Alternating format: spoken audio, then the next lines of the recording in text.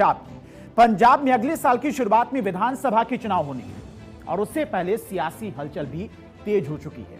क्यों सियासी हलचल तेज हो चुकी है और किस तरह से बीजेपी पंजाब में नए समीकरण सेट करे, तो वो भी आपको बताते हैं। दरअसल प्रधानमंत्री नरेंद्र मोदी भी पंजाब के चुनावी मैदान को लेकर सक्रिय नजर आ रही हैं, क्योंकि पीएम मोदी एक के बाद एक पंजाब के नेताओं से मुलाकात कर रहे हैं और यह मुलाकात बहुत कुछ कहती है। इन मुलाकातों में शिरोमणि अकाली दल के अध्यक्ष सुखबीर सिंह बादल की प्रधानमंत्री मोदी से मुलाकात को खास माना जा रहा है। इस मुलाकात के बाद पंजाब की सियासत में नए समीकरणों और संभावित गठजोड़ को लेकर चर्चाओं का बाजार गर्म हो गया है। दरअसल शुक्रवार और शनिवार को दो ऐसी तस्वीरें सामने आई जिसके बाद कहा जा रहा है कि पंजाब चुनाव को लेकर पीएम मोदी पूरी तरह से जुट चुके हैं।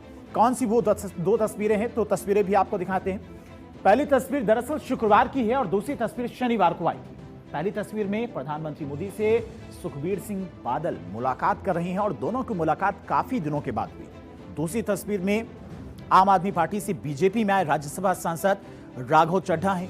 राघव चड्ढा से भी प्रधानमंत्री मोदी ने मुलाकात की है। अब सुखबीर सिंह बादल जहां पंजाब के कद्दावर नेता हैं, वहीं राघव चड्ढा भी पंजाब के जाने माने नेता हैं और अच्छी खासी पकड़ भी लोगों में है।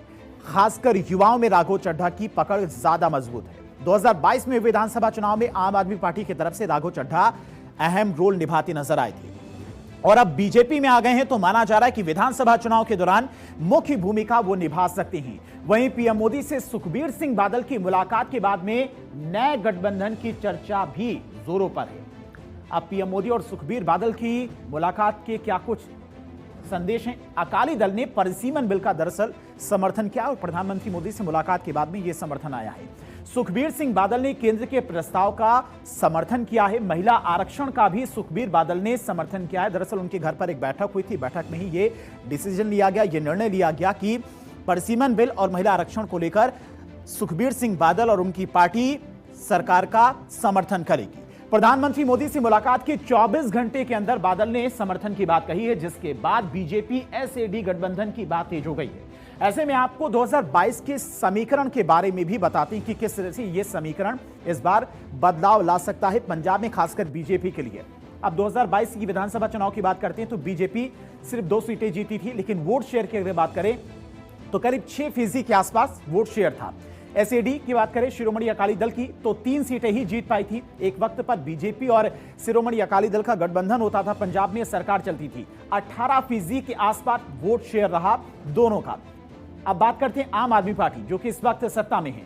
92 सीटों पर जीती थी, वोट शेयर था करीब 42% के आसपास। कांग्रेस की बात करते हैं तो करीब 18 सीटें जीती थी 2022 के चुनाव में और 22% के आसपास ही वोट शेयर था कांग्रेस का। अब कई बड़े नेता हैं आम आदमी पार्टी के जो इस वक्त बीजेपी में चले गए। राघव चड्ढा उनमें से एक बड़ा चेहरा है और राघव चड्ढा की पंजाब इलेक्शन में बड़ी भूमिका भी रही थी जब आम आदमी पार्टी जीती थी पंजाब में। ऐसे में ये समीकरण बीजेपी के लिए काफी ज्यादा फायदेमंद हो सकते हैं राघव चड्ढा के बीजेपी में आने के बाद में, और एसईडी भी शायद बीजेपी के साथ में आती हुई नजर आ रही है। ऐसे में पंजाब विधानसभा चुनाव इस बार दिलचस्प होता जा रहा है। अब यह समीकरण दिखा रहा है कि अगर बीजेपी और शिरोमणि अकाली दल मिल जाएं, उनका वोट एक दूसरे को ट्रांसफर हो जाए, तो दोनों के पास में करीब 25% वोट शेयर हो जाएगा और इस हिसाब से सीटों में काफी इजाफा हो सकता है। आपको बता दें कि किसान आंदोलन के दौरान अकाली दल एनडीए का साथ छोड़कर चली गई थी और उसके बाद पंजाब में अकाली दल अकेले चुनाव लड़ रही थी।